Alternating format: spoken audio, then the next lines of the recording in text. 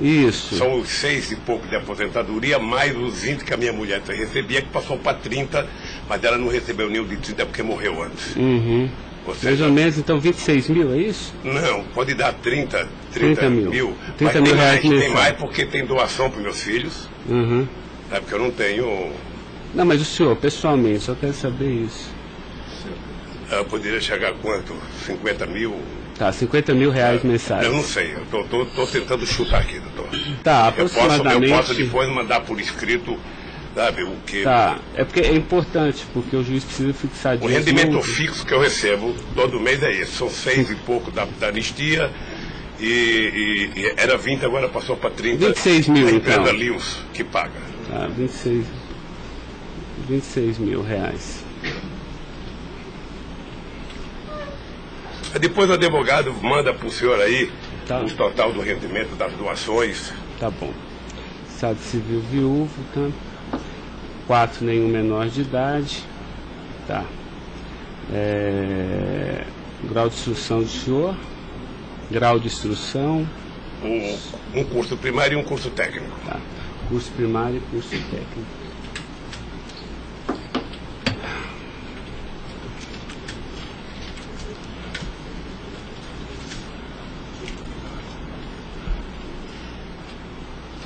Me dê uma caneta aí, Caio, por favor.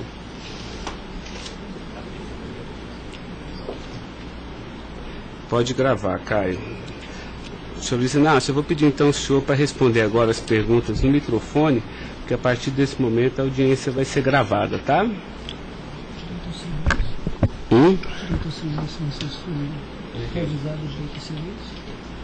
Eu vou avisar ele agora. Vou falar da acusação e vou avisar. Tá? Tá pronto, Caio? Tá. Senhor Luiz Inácio, esse momento é o momento do seu interrogatório, tá? A lei lhe garante o benefício de ficar em silêncio em todas as perguntas que eu lhe fizer, as perguntas feitas pelo membro do Ministério Público, pela defesa dos denunciados, inclusive até pela sua própria defesa, tá?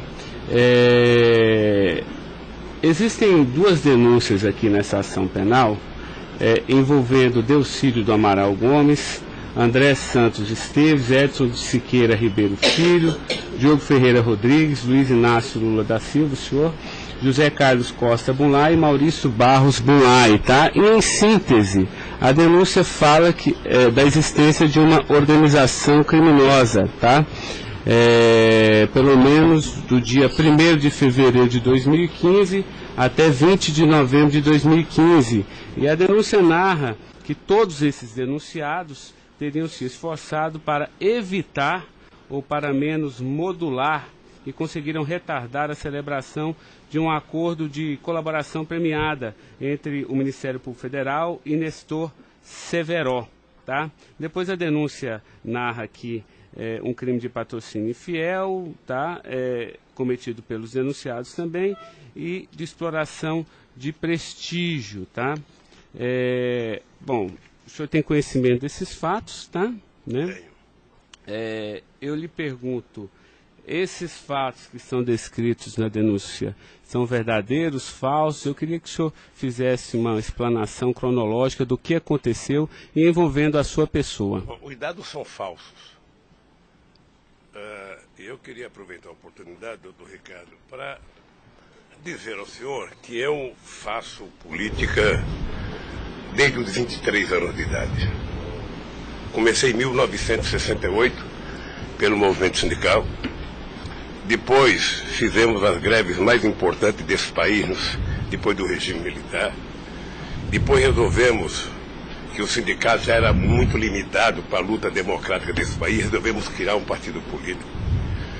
Participei da criação do mais importante partido político de esquerda da América Latina, partido que fez a maior política de inclusão social na história desse país, partido que fez a maior política de combate à corrupção na história desse país. Se nós analisarmos o que aconteceu de 2003 até dezembro de 2014, a gente vai perceber que o Ministério Público, a Polícia Federal, a Controladoria Geral da República nunca tiveram, e a Controladoria nunca tiveram tanto apoio e tantas mudanças legislativas para melhorar a eficácia do combate à corrupção como nós fizemos. E há mais ou menos 3 anos, doutor, eu tenho sido vítima de eu diria quase que de um massacre. Ou seja, eu acho que todos aqui têm dimensão do que é um cidadão que foi presidente da República, que foi considerado o mais importante presidente da história desse país, que saiu com 87% de aprovação de bom e ódio, que fez com que o Brasil fosse respeitado no mundo inteiro e virasse protagonista internacional. De repente é pego de surpresa por manchete de jornais, por notícias na televisão, todo dia, todo santo dia, no café da manhã, no almoço e na janta, alguém insinuando, tal empresário vai prestar uma delação e vai acusar o Lula. Tal deputado vai prestar uma delação e vai acusar o Lula. Agora vão prender fulano, agora vão pegar o Lula. Agora vão pegar fulano e vai prender o Lula. Prender o Odebrecht, vai delatar o Lula. Prender o OAS, vai delatar o Lula. Prender o Mulay, vai delatar o Lula. Prender o Delcídio, vai delatar o Lula. Prender o Papa, vão delatar o Lula. Eu esperando pacientemente. Por isso eu estou muito, muito orgulhoso e prazeroso de estar aqui para poder, na frente de um juiz imparcial, contar a versão desse fato. Primeiro, me ofende profundamente a insinuação de que o PT é uma organização criminosa. Me ofende profundamente, porque é o mais importante partido criado nesse país, criado pelos trabalhadores, dirigido pelos trabalhadores, e que fez nesse país o que ninguém nunca fez. E combater a corrupção não é virtude, é uma obrigação moral e ética. E isso eu aprendi com uma mulher que nasceu e morreu analfabeta. Segundo, esse partido conseguiu fazer com que as instituições fossem fortalecidas. O Ministério Público tinha um apelido de engavetador. No meu governo, pela minha vocação sindical, eu fazia questão de fortalecer a corporação e indicar o representado pela instituição. A Polícia Federal, quantos processos eram engavetados, quantas pastas sumiram nesse país. No meu governo, a Polícia Federal tinha que fiscalizar, tinha que investigar, teve dinheiro para investimento em inteligência e os delegados sabem como é que eles foram valorizados. E eu dizia, só tem um jeito de ninguém ser pego nesse país, é ser honesto, é não fazer nada errado. Pois bem, a Controladoria Geral da República não existia. Era uma peça de ficção quando eu cheguei no governo. Eu coloquei primeiro o ministro Valdir Pires, ex-governador da Bahia, depois eu coloquei um juiz, o nosso amigo Jorge Age, que quem conhece sabe que não brinca em serviço.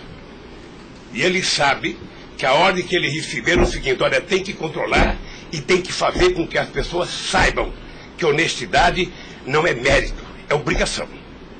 Pois bem, e agora eu estou nessa... Você sabe o que é levantar todo dia, sabe, achando que a imprensa está na porta de casa porque eu vou ser preso? Ah, porque não sei quem delatou Lula vai ser preso, porque não sei quem delatou Lula vai ser preso. E eu tenho dito, eu duvido, antes, durante e depois, os que estão presos e os que vão ser presos, que tenha um empresário ou um político que tenha coragem de dizer que um dia me deu R$10, ou que tenha coragem de dizer que um dia o Lula pediu 5 centavos para ele. Eu não faço isso porque sou melhor do que os outros, não. Eu faço isso porque quem chegou à presidência da República como eu cheguei, depois de perder 3 eleições, não tinha o direito de errar. Fiquei 8 anos no meu mandato, doutor, 8 anos, sem ir num jantar, sem ir num aniversário, sem ir num casamento, exatamente para não dar pretexto de aparecer aqueles que vão tomar uma champanhe e vêm pedir um favor. E vem tirar fotografia com o celular para depois explorar essa fotografia. Eu fico orgulhoso de estar prestando depoimento e chateado por uma ilação feita nesse processo contra mim pelo senador Delcídio. Portanto, eu queria lhe dizer que eu estou aqui para responder toda e qualquer pergunta. Se tem um brasileiro nesse momento que quer a verdade e deseja a verdade nesse país, sou eu. Portanto, estou à inteira disposição para responder tudo e a todos do jeito que vocês perguntarem. Tá, adentrando então na peça acusatória, senhor Luiz Inácio, A denúncia narra aqui 7 fatos. Diz aqui que no dia 8/4/2015, o senhor reuniu-se com o Delcídio Amaral no Instituto Lula, em São Paulo, e o senhor teria exortado a Delcídio a adoção de medidas para a compra do silêncio de Nestor Severo, de forma a que o Nestor, não celebrasse o acordo de colaboração premiada com o Ministério Público Federal. Vamos por fatos, que eu acho que fica mais fácil, a gente faz o encadeamento temporal aqui da denúncia. Esse fato existiu, Delcídio foi lá, pediu para o senhor, o senhor teria pedido a ele para que ele intervisse e pudesse pelo menos ocultar fatos que pudesse relacionar o senhor José Carlos Bunlai, e ele diz mais, diz até que o senhor também teria pedido a ele, porque o senhor também teria envolvimento aqui com negócios escusos na Petrobras. Doutor, só tem um brasileiro que poderia ter medo de um depoimento do Severo, pela relação que tinha com ele, que é o Delcídio. Eu não tinha relação com o Severo. Portanto, eu não tive nenhuma preocupação com o depoimento de nenhum empresário, de nenhum diretor da Petrobras, porque não tem essa relação com eles. Portanto, o Delcy contou uma inverdade nesse processo. Mas essa reunião existiu? Deve ter tido muitas reuniões com o Delcídio. Ele era senador da República, era líder do governo, nós conversamos muitas vezes em São Paulo e em Brasília. E com outros deputados. Lá no Instituto Lula. Várias vezes o Delcídio esteve lá. Várias vezes. Ok. Eu iria perguntar por fatos aqui, mas assim, pelo que o senhor está falando, senhor, ele teve lá, o senhor admite que conversou com ele, mas não houve essa conversa para adoção de medidas, o senhor teria pedido para ele, porque o senhor, José Carlos Bunlai é amigo do senhor. Doutor Ricardo, deixa eu dizer uma coisa. Eu não tenho nenhuma razão para ter qualquer problema com o depoimento do Severo. Mas nenhuma razão. Não o conheço, não tive convivência com ele. Portanto, o depoimento do Severo era um problema para o Delcídio e não para mim, que teve uma convivência com ele ainda no governo anterior, antes do meu governo, quando foi diretor de óleo e gás da Petrobras. Não foi comigo. Tá, não surgiu essa conversa, então. Não surgiu, não se tocou. Se o senhor falar da Lava Jato? Doutor, da Lava Jato, hoje no Brasil, a gente fala no café, no almoço, na janta e ainda depois da novela. Mas não porque só passa isso na televisão. Mas não se tocou no nome do Severo. Não tocou no nome. E muito menos no nome do Bunlai. Sabe, de que foi pedido coisa para o Bunlai? É um absurdo. É um absurdo. Eu não sei o que o Delcídio esperou fazer com isso. Certamente, depois de preso alguns dias, as pessoas começam a encontrar um jeito de sair da cadeia e resolve jogar a culpa em cima dos outros. Como é que o senhor reagiu quando ele foi preso?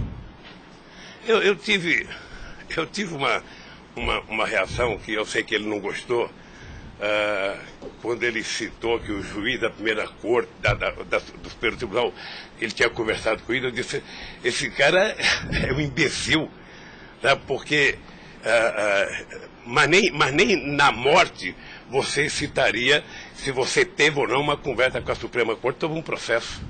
Foi essa reação que eu tive e ele me parece que não gostou da minha reação. Eu fiquei sabendo pela boca de alguns advogados que ele ficou muito chateado porque eu disse que ele era um imbecil. Eu não quis ofendê-lo, apenas achei que a atitude foi equivocada. Tá, eu tenho mais alguns questionamentos, mas depois eu faço na medida que os temas forem agitados aqui pelas partes, tá? O Ministério Público tem perguntas, doutor? Bom dia. Acabei não vendo a sua chegada, mas não revelo. Em nenhuma dessas reuniões o Delcídio comentou sobre o receio que ele teria sobre as delações do Severo? Não, ele não comentou, mas era sabido por todo mundo que acompanha todo esse processo da relação histórica do Delcídio com o Severo. Tem até um livro publicado por uma jornalista da revista Veja que mostra claramente a relação do Delcídio com o Severo. Era muito antiga, sabe? No governo passado, no governo anterior ao meu, porque ele chegou, acho que até a ser ministro interino de Minas e Energia. senhor acredita que a referência ao seu nome tenha sido útil para o Delcídio conseguir a delação premiada? Olha, por tudo que eu vejo todo dia na imprensa, eu acho que tem alguém instigando de falar meu nome.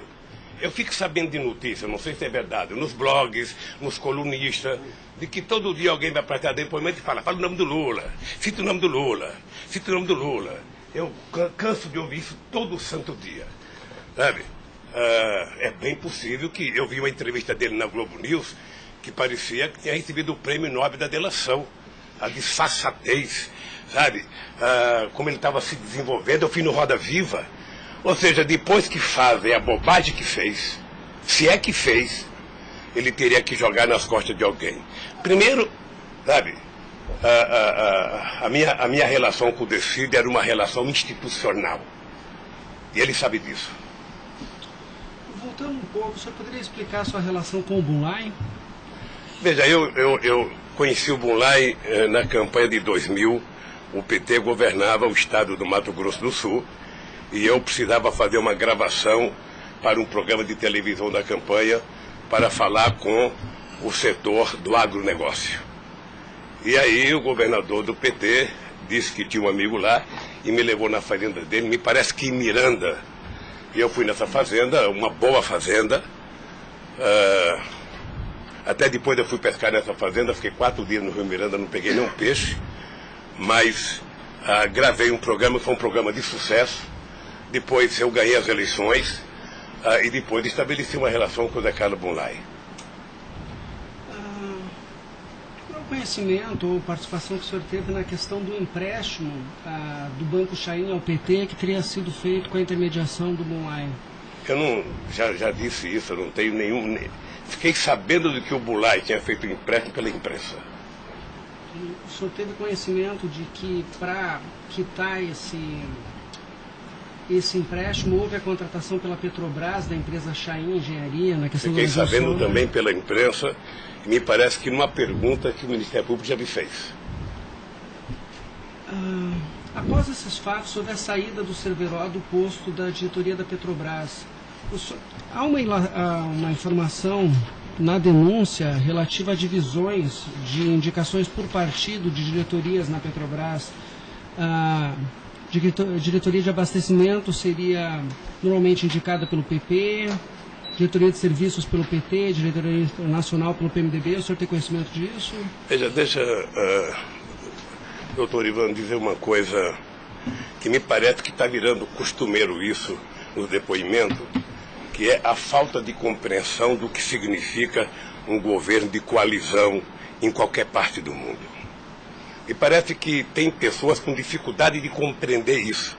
Aliás, no depoimento do presidente Fernando Henrique Cardoso, ele foi muito bem ao explicar o que é um governo de coalizão. Quando você ganha uma eleição, um regime presidencialista de coalizão, você tem que montar o governo. Você precisa construir uma maioria no Congresso Nacional para você poder montar o governo. E você não monta a maioria com quem você quer. Porque se você pudesse, você pegaria só suplente que não foi eleito. Mas como o suplente não vota, você tem que fazer o acordo com quem é eleito, com quem tem mandato. E obviamente que você pode fazer um acordo programático, e nesse acordo programático você pode fazer um acordo de participação no governo. Então os partidos que compõem a base do governo participam do governo, indicam ministros, indicam cargos. Todas as pessoas indicadas são pessoas com mais de 30 anos da Petrobras. Eu já disse no depoimento, sabe, que vocês vão ter que ouvir muita gente, o Conselho Fiscal da Petrobras, o Conselho de Administração da Petrobras, sabe, para saber se havia denúncia de corrupção, porque quando nós indicamos as pessoas e quando os partidos indicam, ou seja, se aparecer alguma denúncia de corrupção e aparecer no GSI, essa pessoa não é indicada. Porque qual é o critério? O partido tem um ministro, o partido tem uma bancada. Essa bancada conversa com o ministro. Se indicar um nome qualquer, esse nome vai para a Casa Civil, da Casa Civil passa para o GSI, que é o Gabinete Institucional, faz um levantamento, eu não sei aonde, sabe? E se não tiver nenhuma denúncia, essa pessoa é mandada para o Conselho de Administração e o Conselho de Administração indica. Não é o presidente da República que indica, é o Conselho de Administração. É assim que funciona em qualquer lugar do mundo. Ex-presidente, mas só uma questão relativa a isso. Existe um vídeo no YouTube em que o senhor está inaugurando uma plataforma que o senhor realmente fala que no seu governo a Petrobras se tornou mais transparente e que o senhor participava mais das decisões da Petrobras. É de uma plataforma em Angra dos Reis, isso foi em 2010. Então, deixa, doutor. Aí eu estou lhe perguntando para o senhor explicar. O senhor se lembra desse discurso? Eu sei que é muita coisa, mas eu estou até com um vídeo aqui e eu queria lhe perguntar isso. Senão a gente pode até passar. É que a imprensa dizia que eu vivia fazendo assembleia. Eu fui o presidente que certamente mais visitei a Petrobras. Eu fui o presidente que decidi no governo e com a Petrobras de que era importante que a gente recuperasse o poder de construção de plataforma da Petrobras para a gente não importar da Coreia ou da China, que era preciso criar uma indústria petrolífera forte no Brasil. Por isso é que nós aprovamos a Lei de Conteúdo Nacional. 65% de tudo que fosse construído de plataforma ozona teria que ser feita no Brasil, para a gente ter uma política industrial, para a gente definir uma política de engenharia, de ciência e tecnologia, porque o Brasil é um país grande, o Brasil não pode ser um serviçal, o país não é uma republiqueta. Este país poderia produzir e atender toda a América Latina e atender toda a África que margeia o rio chamado Atlântico. Lamentavelmente. Não, mas a pergunta é o seguinte, é porque o senhor falou que realmente no seu governo se participava, o senhor participava mais das decisões. Eu não participava, deixa eu mais falar. das decisões. Se o senhor quiser, a gente pode até ter um vídeo, e eu trouxe aqui aí para o senhor explicar. E Delcy também havia falado isso, que depois do mensalão, o governo federal, a presidência da República, participava mais na Petrobras. Isso ele falou. Deixa eu lhe falar uma coisa, o papel do governo, o governo participa na Petrobras através do Conselho da Petrobras. O Conselho da Petrobras tem vários ministros, tem a ministra de Minas e Energia. Tá? Eu, durante todo o tempo da Petrobras, eu só participei de uma reunião de definição da política estratégica da Petrobras. A discussão de investimento para os próximos 20 anos. Se a gente ia recuperar a indústria naval, se a gente ia recuperar a indústria de sonda, de plataforma, se a gente ia discutir, sabe, exportar, se a gente ia fazer a lei de partilha, se a gente ia fazer com que o petróleo voltasse a ser do povo brasileiro, como nós conseguimos fazer.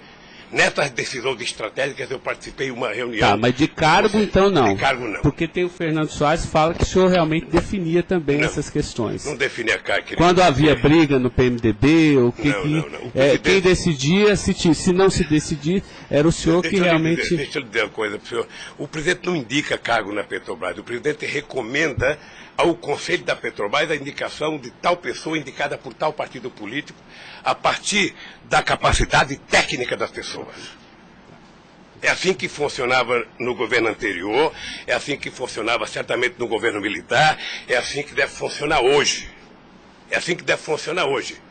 Porque a Petrobras é uma empresa de engenharia muito poderosa e você não pode ficar colocando gente que não tem expertise para fazer determinadas coisas. Tá. Mas a expressão foi essa aqui, eu anotei. A gente sabe o que acontece lá dentro. O que o senhor quer rever o discurso? Eu não preciso rever, não. Tá. Assim, porque isso me chamou a atenção. A gente sabe, quer dizer, antigamente era uma caixa preta, foi esse o contexto. E agora a gente sabe o que acontece lá dentro. Quais foram os mecanismos que o senhor tomou, então, para que a Petrobras realmente ficasse mais transparente? A fazer com que o Conselho acompanhasse mais as decisões. Porque como a Petrobras é muito grande, entre uma decisão do Conselho da Petrobras, uma aprovação da diretoria e os acontecimentos nas engenharias da Petrobras, são milhares de pessoas que participam daquilo. É por isso que um dia um presidente chegou a falar que ele é uma caixa preta que ninguém sabe. Então vamos tentar saber, sabe? Fazendo com que as coisas funcionem mais democraticamente. Por exemplo, quando nós descobrimos o pré-sal, nós tivemos uma decisão estratégica do que fazer com o petróleo. O petróleo não é das empresas estrangeiras que vêm aqui comprar gás e óleo, não. O petróleo é nosso. Então eles vão ter que pagar para o governo. É por isso que nós aprovamos 75% do ROT para a educação. É por isso que nós aprovamos a partilha, que é o que incomodou muita gente no mundo, o que incomodou as grandes petroleiras. É esse país que tinha complexo de vira-lata, virar dono do seu nariz. Okay. Eu sei que isso incomodou muita gente. Incomodou muita gente no mundo inteiro. Sabe, e agora estão tentando desmontar. Porque um país que não se respeita, um país que não tem soberania, um país que não tem empresas de porte extraordinário como a Petrobras e vende tudo, sabe, sinceramente, não é um país. Ok. Doutor Ivan, só porque o senhor tocou no tema, eu quis aproveitar, tá? Mas pode continuar, pode prosseguir. A pergunta é relativa à diretoria internacional, que ela foi ocupada pelo Cerveró e depois pelo Zelada. Ambos foram indicações do PMDB ou o Cerveró foi indicação do PT e o Zelada... Não, eu já tive a oportunidade de dizer isso. Isso foi indicação do PMDB. Ambos? Não sei se de todo o PMDB ou da bancada do PMDB de Minas Gerais, que foi indicado o Zelada para diretor internacional da Petrobras. O critério é o mesmo. O Zelada foi indicado, passa na Casa Civil, passa no GSI e é mandado ao Conselho da Petrobras, que decide. Não, perfeito. Mas e o Cerveró? Ele tinha sido indicado anteriormente pelo PT ou pelo PMDB? Pelo PMDB pelo também. PMDB. Eu acho, eu falo quase com certeza absoluta pelo PMDB. É o que diz eu falo quase que com certeza absoluta. A pergunta é o seguinte, com a troca pelo Zelada, a saída do Cerveró desse posto de diretoria, ele acabou sendo indicado para a BR Distribuidora. No próprio depoimento do Cerveró, ele afirma que isso teria sido como um reconhecimento pelo papel que ele prestou no auxílio da contratação da Chain pela Petrobras, na questão do navio sonda. Me parece que ele não diz isso exatamente.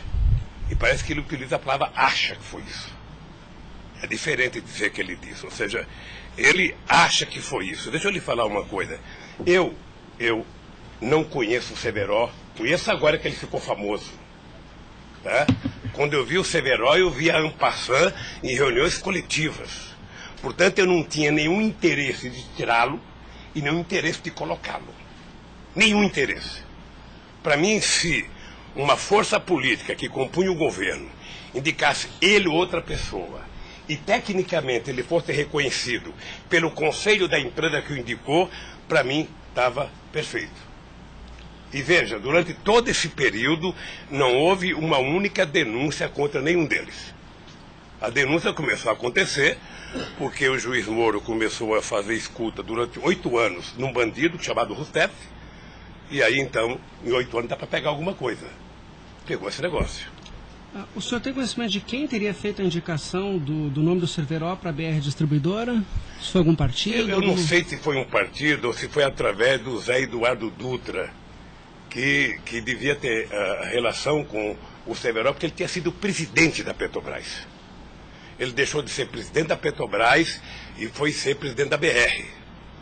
E ele pode ter chamado o Cerveró, ou o mesmo partido que tinha indicado o Cerveró e depois tirou o Cerveró pode ter pedido para ele ir para lá.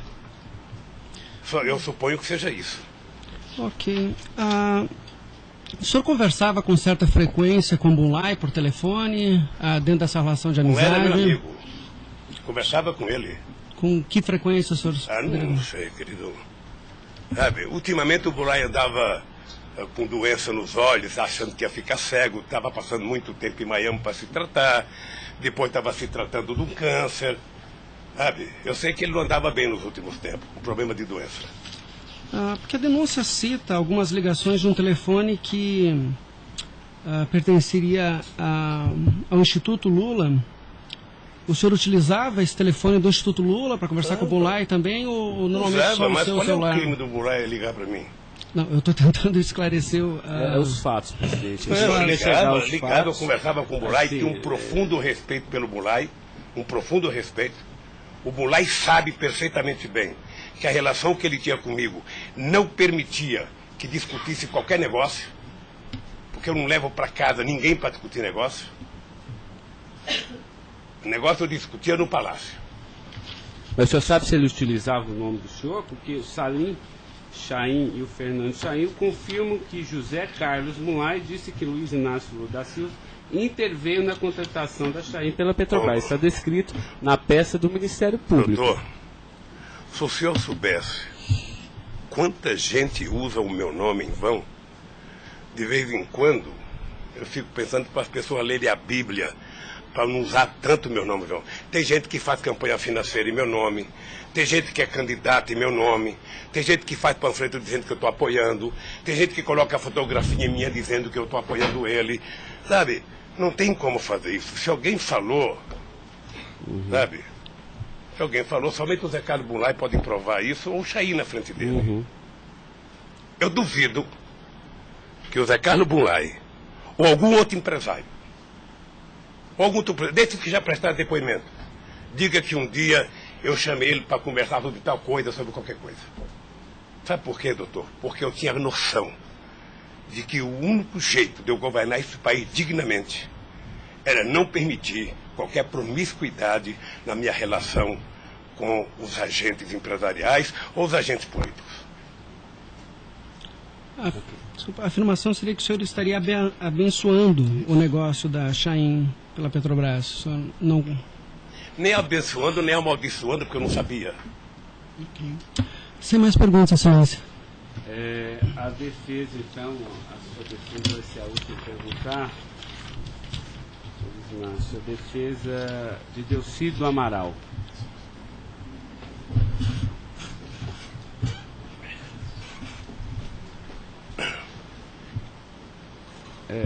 Doutor, alguém vai ter que sair para ele perguntar, tá? Da mesa para que...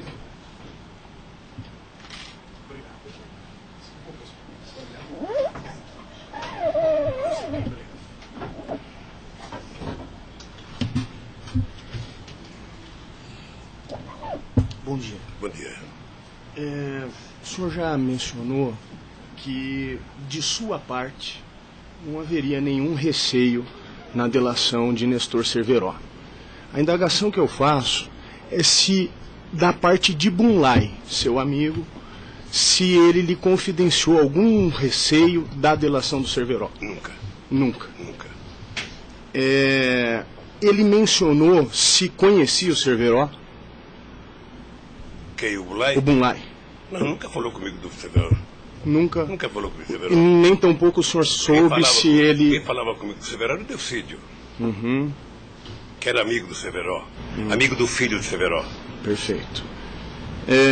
O senhor tem conhecimento se a delação do Nestor Cerveró foi utilizada como um dos fundamentos para a condenação do senhor Bunlai? Não tenho. Não tem conhecimento. Não tenho.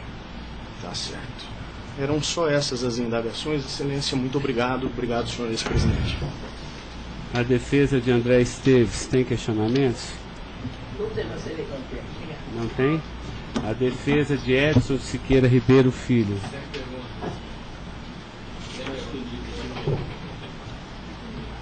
A defesa de Diogo Ferreira Rodrigues. A defesa de José Carlos Bunlai. Tem algumas perguntas. Pode fazer isso. Bom dia, presidente. Presidente, o senhor disse que a sua relação com o senador Delcídio era institucional. Mas o senhor sabe qual era a relação do senador Delcídio com o José Carlos Bunlai? Eles tinham alguma amizade? Eles tinham alguma proximidade? Veja, a impressão que eu tenho era que era muito pequena a relação dos dois.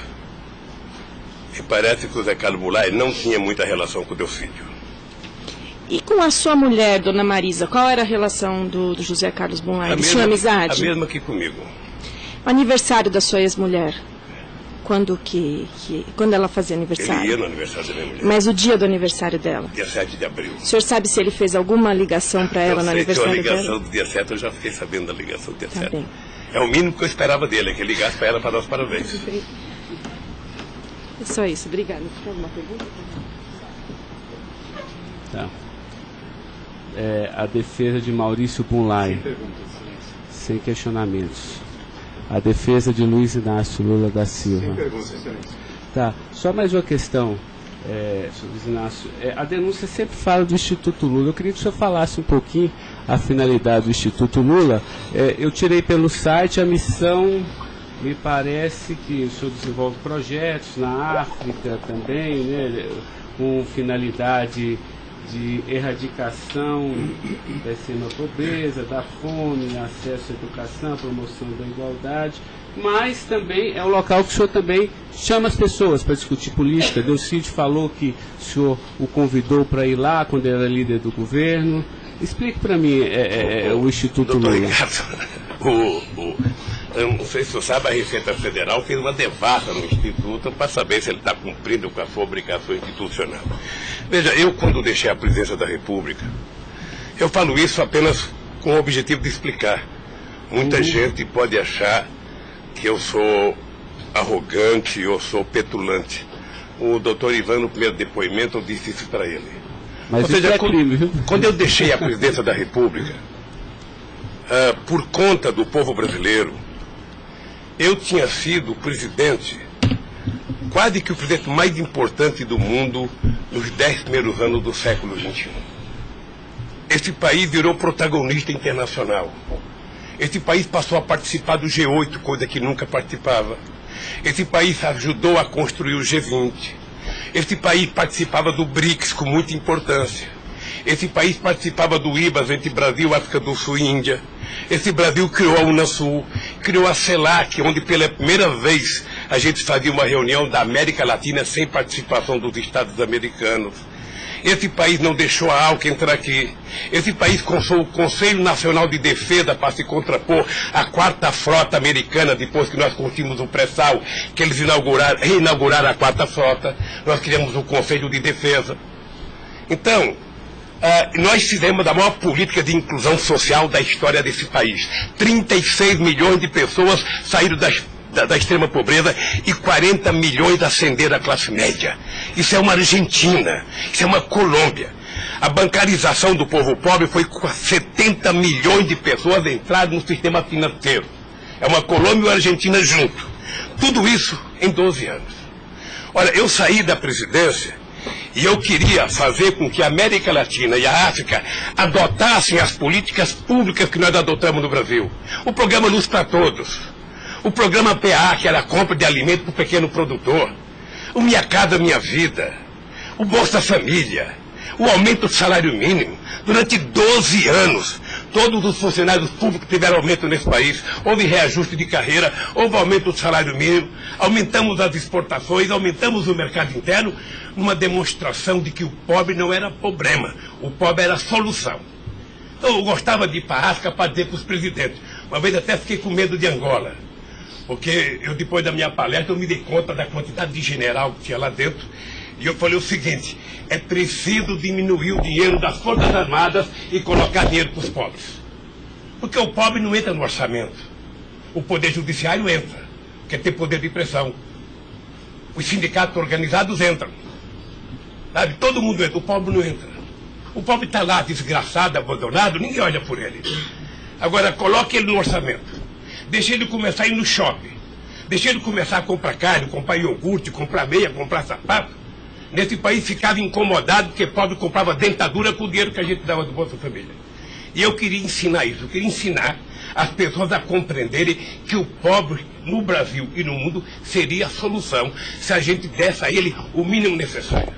Foi por isso que eu não quis criar uma ONG. Criei um instituto para poder viajar o mundo tentando mostrar o exemplo do que esse país fez em tão pouco tempo. Mas o que Delcídio, porque ele disse aqui que algumas vezes o senhor chamou ele lá. Em que ele se encaixa aí? É que eu não sabia, doutor. Porque assim, realmente eu entendi, a política está de acordo com o estatuto aqui do Instituto Lula, mas assim, por que o senhor chamou ele lá? Ele falou assim, muitas vezes o presidente Lula, e de vez em quando eu ia com cortesia também. Deixa eu lhe falar, ele foi muitas vezes conversar comigo, ele era líder do governo, como outros senadores foram conversar comigo.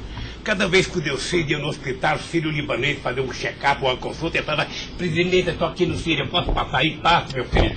Mas o senhor não tratava dessas questões do Instituto? Discutia desde Flamengo, a Vasco da Gama, Corinthians, Palmeiras, porque quando duas pessoas se encontram, conversa-se tudo.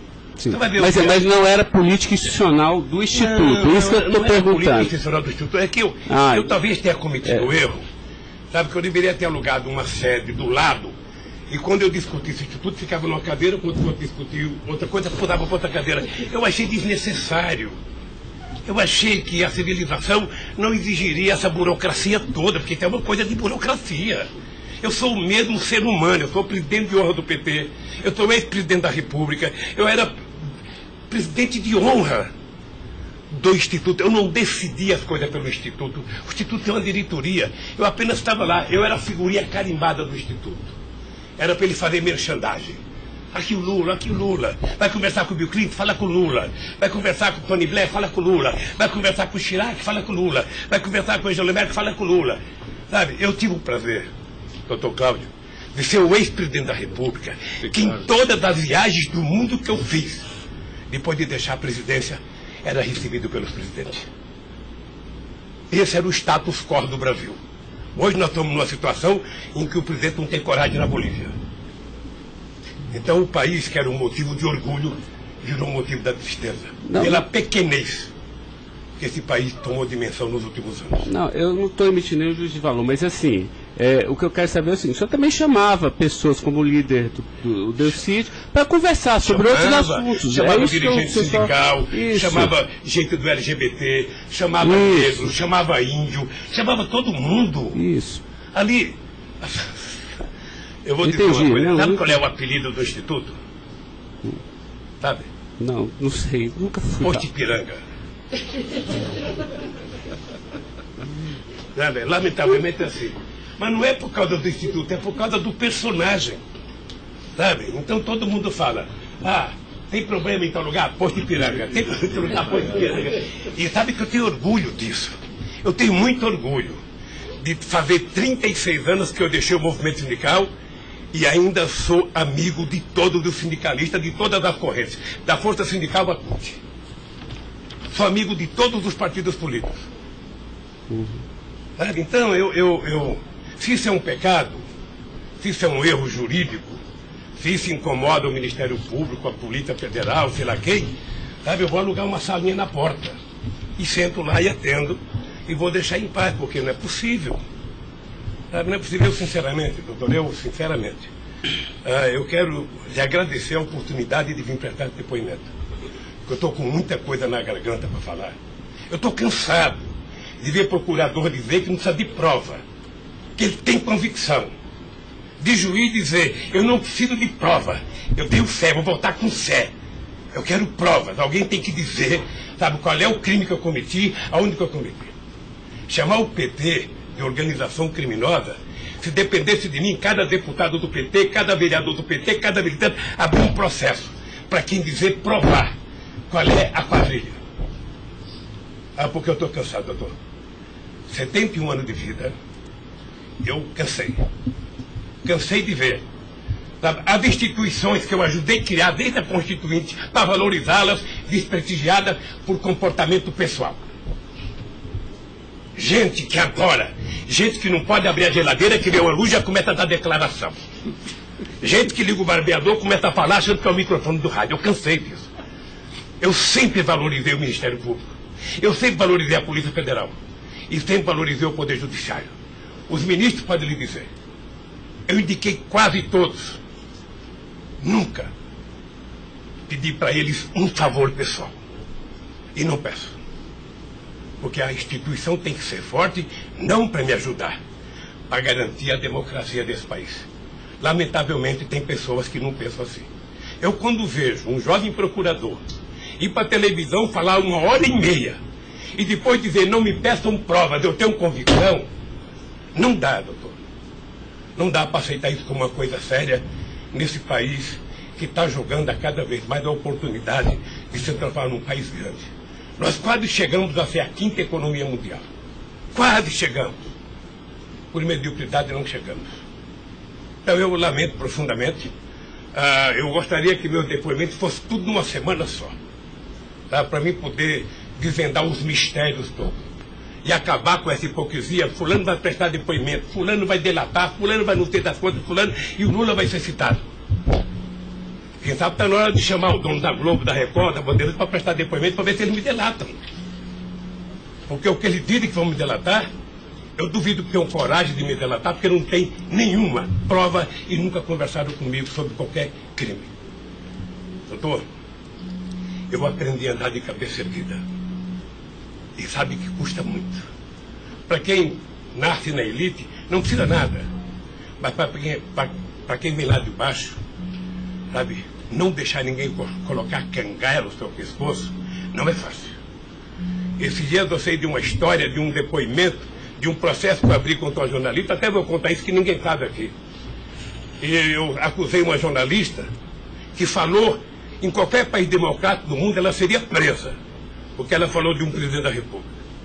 E ela foi prestar julgamento. E a advogada, acho que a nossa advogada, me chamou de doutor. Aí o juiz começou a rir. Ah, mas ele não é doutor? Ele não é doutor? Como é que você chama ele de doutor? Não, estou chamando ele de doutor porque ele tem vários diplomas de doutor honoris causa. O juiz deu uma gargalhada e pouco tempo depois inocentou a jornalista. Eu vou recorrer até a Suprema Corte. Aos 71 anos eu não sei quanto tempo de vida que eu tenho, mas eu tenho fé em Deus de ver essa jornalista ser educada. Porque, em nome da liberdade de imprensa, ninguém pode avacalhar a vida dos outros. Ninguém pode. E o que eu estou vendo nesse processo? Tem gente que acha que eu sou contra a Lava Jato. Pelo contrário, eu quero que a Lava Jato vá a fundo para ver se acaba com corrupção. O que eu sou contra é tentar criminalizar a pessoa pela imprensa e não pelos autos do processo. O que eu sou contra é execrar, é condenar. Eu conheço pessoas que, se tivessem liberdade, seriam mortos na rua. Tal é. Sabe quantas horas eu tenho de notícias negativas contra mim no Jornal Nacional em 8 meses, 16 horas? Nenhum político no mundo aguentaria isso. E eu vou matá-lo de raiva, porque toda pesquisa vai aparecer na frente. Para eles saberem que nem sempre eles podem brincar com as pessoas. Sabe? Então o juiz, o promotor, o delegado, não tem que ficar fazendo, sabe, pirotecnia com as pessoas. A primeira apura, investigue e condene. Quando condenar, bote na cadeia. E acabou. Sabe, não é tirando fotografia de criança, mostrando casa, mostrando não sei das quantas, inventando mentiras, inventando ilações. Então, eu quero lhe dizer que o senhor está diante de um homem que está disposto a prestar tantos quanto depoimentos for necessário. E quero que todo mundo saiba, se tem um brasileiro que quer a verdade nesse país, sou eu. E não me venham com mentiras ou com ilações. Porque um cidadão que nasce no Nordeste e não morre de fome até os 5 anos de idade, não tem medo de cara feia. Eu quero defender a minha honra, que é o valor mais importante que eu tenho. Então eu quero lhe agradecer esse depoimento e a liberdade de poder dizer essas coisas que eu até agora não tinha falado, mas eu cansei, eu vou falar. Doutor Luiz Inácio, o momento é do senhor, tá? A sua defesa, o senhor tem todo o direito de falar. Só mais uma questão para a gente encerrar, acho que ninguém tem mais questionamentos. O presidente do Instituto Lula, na época, em 2015, era o doutor Paulo Camoto. Ele não participava de nenhuma reunião, assim, com o senhor, às vezes, ou participava, ou era bem informal, como o senhor disse? Eu sou um pouco relaxado, sabe? Porque Delcídio disse aqui que as reuniões eram somente ele e o senhor, que as coisas era só... Não ficava ninguém na sala. É isso? O senhor confirma isso? Eu tenho pelo Delcídio, eu não vou levar muito a sério o que ele disse. Tá? Mas deixa eu falar, eu aqui, quando eu era presidente da República, eu brigava com a minha assessoria que achava que eu tinha que ter uma liturgia. A liturgia é importante, presidente. Você não pode andar no corredor abraçando as pessoas. A porta não pode ficar aberta, sabe? Então, no Instituto, sabe, tem hora que a conversa é pessoal, tem hora que entra 10 pessoas, 5 pessoas, 6 pessoas, 4 pessoas. Mas de total transparência, é isso que o senhor quer falar? Quando a pessoa pede uma conversa sigilosa, eu faço uma conversa sigilosa, sabe? Ok. Tá bom. Agradeço a presença do senhor para esclarecer os fatos, tá? Ninguém tem mais questionamentos, então está encerrado a audiência. Na fase do